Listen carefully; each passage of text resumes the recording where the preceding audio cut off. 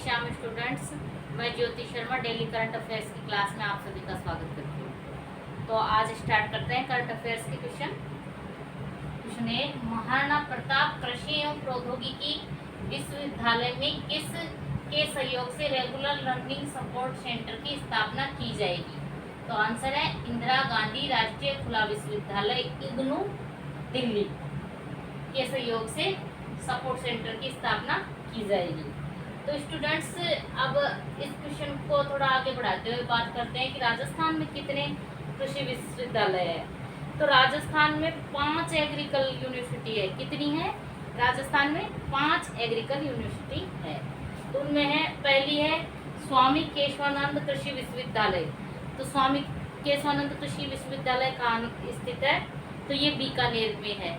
तो स्टूडेंट्स, ऐसे question direct भी आया हुआ है कि स्वामी केशवानंद कृषि विश्वविद्यालय कहाँ पर स्थित है? तो ये बीकानेर के अंतर्गत स्थित है। फिर दूसरा है महाराणा प्रताप तकनीकी एवं कृषि विश्वविद्यालय उदयपुर। महाराणा प्रताप तकनीकी एवं कृषि विश्वविद्यालय उदयपुर में स्थित है। यह राज्य की पहली एग्रीकल्चर यूनिवर्सिटी है जहाँ पर आर्टिफिशियल इंटेलिजेंस में इंजीनियरिंग भी करवाई जाती है। क्या करवाई जाती है? आर्टिफिशियल इंटेलिजेंस में इंजीनियरिंग करवाई जाती है। यहाँ पर रेगुलर लर्निंग सपोर्ट सिस्टम की स्थापना की जाएगी। क्या की जाएगी? यहाँ पर रेगुलर लर्निंग सपोर्ट सिस्टम की स्थापना की जाएगी।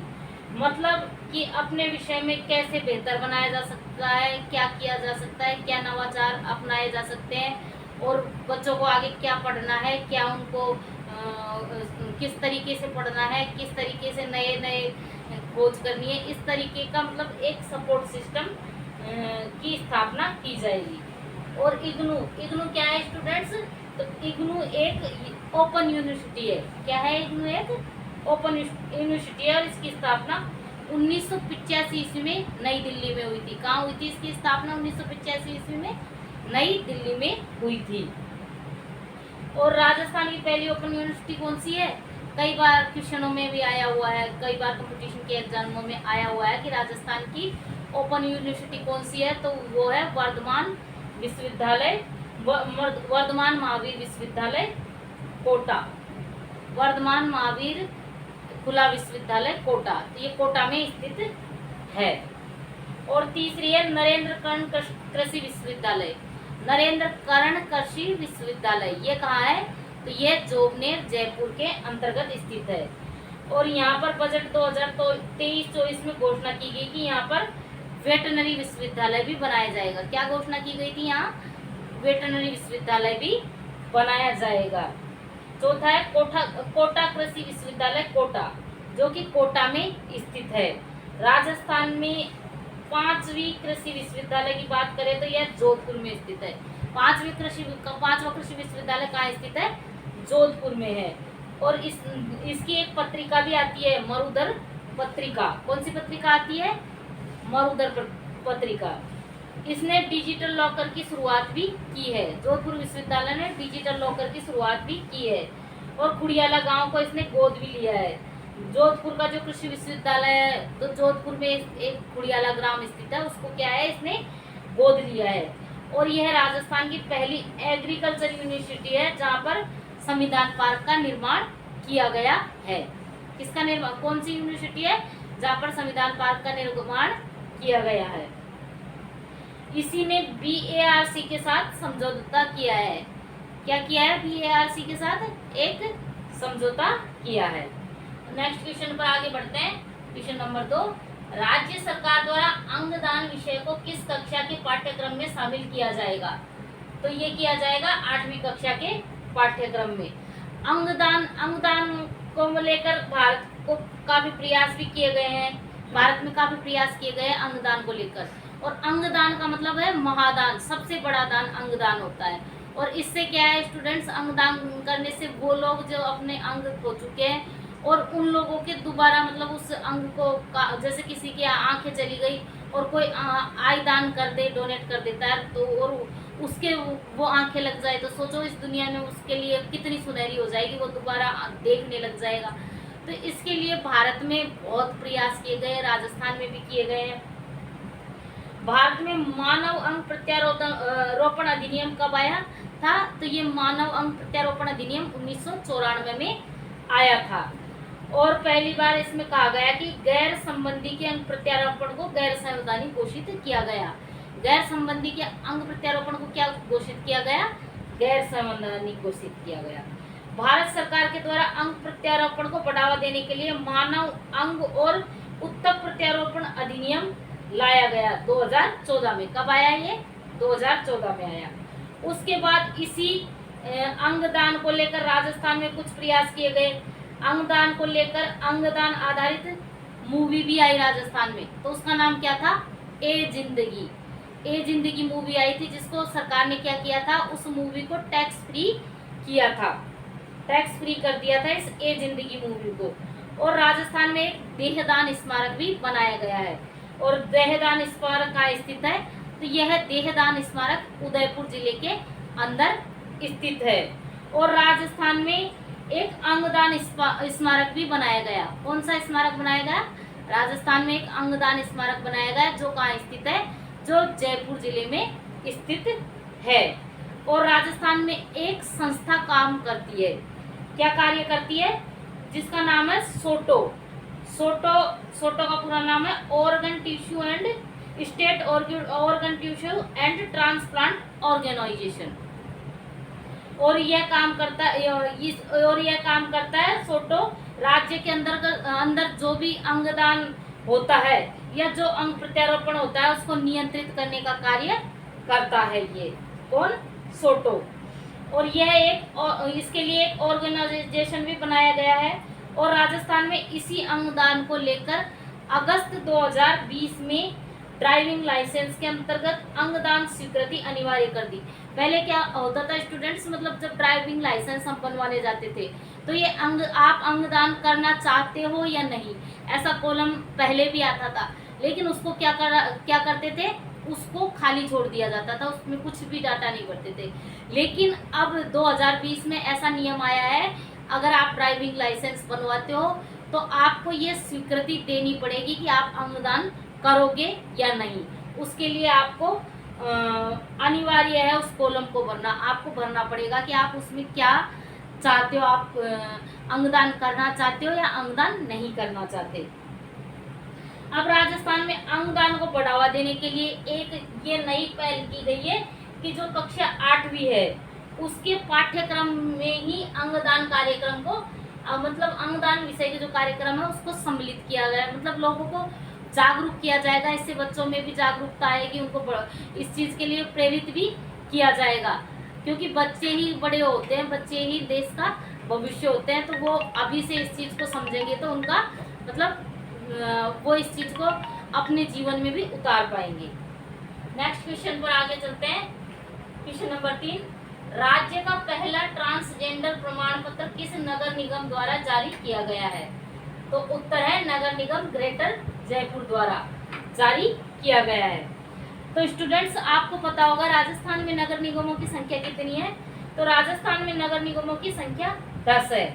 और 10 है नगर निगम, जिनमें है जयपुर हेरिटेज, दूसरे नंबर पर जयपुर ग्रेटर, जोधपुर उत्तर, चौथी है जोधपुर दक्षिण, 5वीं कोटा उत्तर, 6ठी कोटा दक्षिण, 7 नंबर पे बीकानेर, 8 नंबर पे भरतपुर, 9 पे उदयपुर, 10 पे अजमेर। ये क्या है? राजस्थान में अपने नगर निगम है। ये दो नगर निगम अक्टूबर 2019 में बनाए गए थे। मतलब जो अब दो जिनको दो बना दिया गया, जैसे जयपुर, जोधपुर, कोटा, तो वो पहले क्या थी? एक ही थी, लेकिन 2019 से इनको दो बना दिया। जयपुर ग्रेटर नगर निगम ने इंदौर की तर्ज पर, इंदौर नगर निगम है ना, उसकी तर्ज पर ग्रीन बॉन्ड जारी किए थे। इसके बाद जयपुर ग्रेटर में 19 जुलाई वर्ष 2023 को इन्होंने पहला ट्रांसजेंडर जन्म प्रमाण पत्र भी जारी किया। कौन सा जन्म प्रमाण पत्र जारी किया? पहला ट्रांसजेंडर जो नगर निगम ग्रेटर जयपुर है ना, उसने जारी किया। और ये किया नूर शेखावत को। किसके नाम पर जारी किया है? नूर शेखावत के नाम पर जारी किया गया है। और हाल ही में स्टूडेंट्स भरतपुर नगर निगम द्वारा 100 करोड़ के बॉन्ड जारी किए गए थे। क्या जारी किए गए थे? 100 करोड़ के बॉन्ड जारी किए गए। ट्रांसजेंडर, और ट्रांसजेंडर क्या होता है? ट्रांसजेंडरों के लिए राजस्थान में एक तो ट्रांसजेंडर विकास बोर्ड का भी गठन किया गया।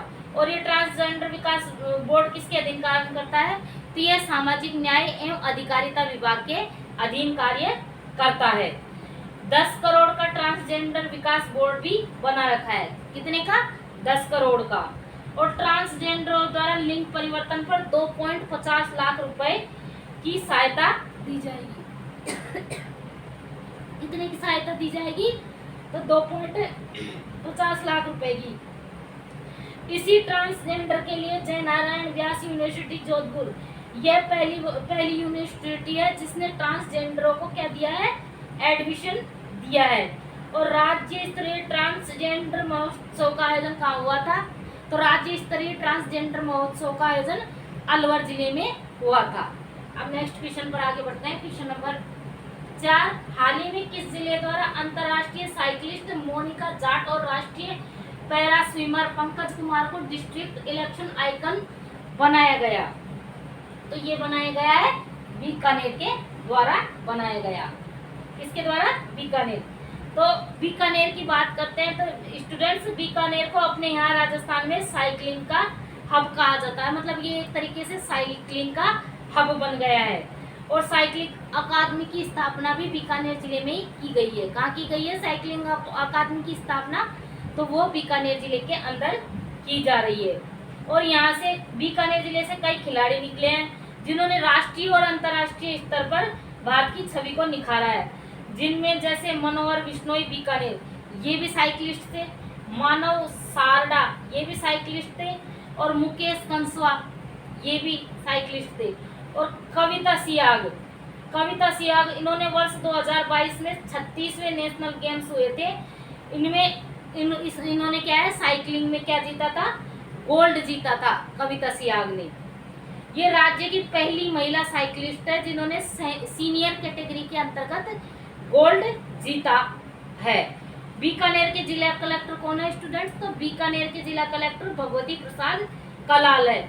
और उनके द्वारा कहा गया कि हम लोग एक डिस्ट्रिक्ट इलेक्शन आइकॉन बना रहे हैं जो जिले के अंदर विभिन्न संस्थाओं में जाकर लोगों को प्रोत्साहित करेंगे कि आपको चुनाव प्रक्रिया में भाग लेना है। और इसी के लिए डिस्ट्रिक्ट आइकॉन बनाए जा रहे हैं। और डिस्ट्रिक्ट आइकॉन कौन कौन बने हैं?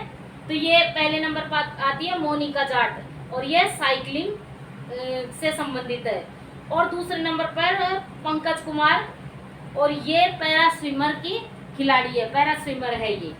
अब नेक्स्ट क्वेश्चन पर आगे बढ़ते हैं। क्वेश्चन नंबर 5, परीक्षाओं में डिजिटल मूल्यांकन लागू करने वाला राजस्थान का पहला तकनीकी विश्वविद्यालय कौन सा है? तो यह है बीकानेर का तकनीकी विश्वविद्यालय। कौन सा? बीकानेर का तकनीकी विश्वविद्यालय।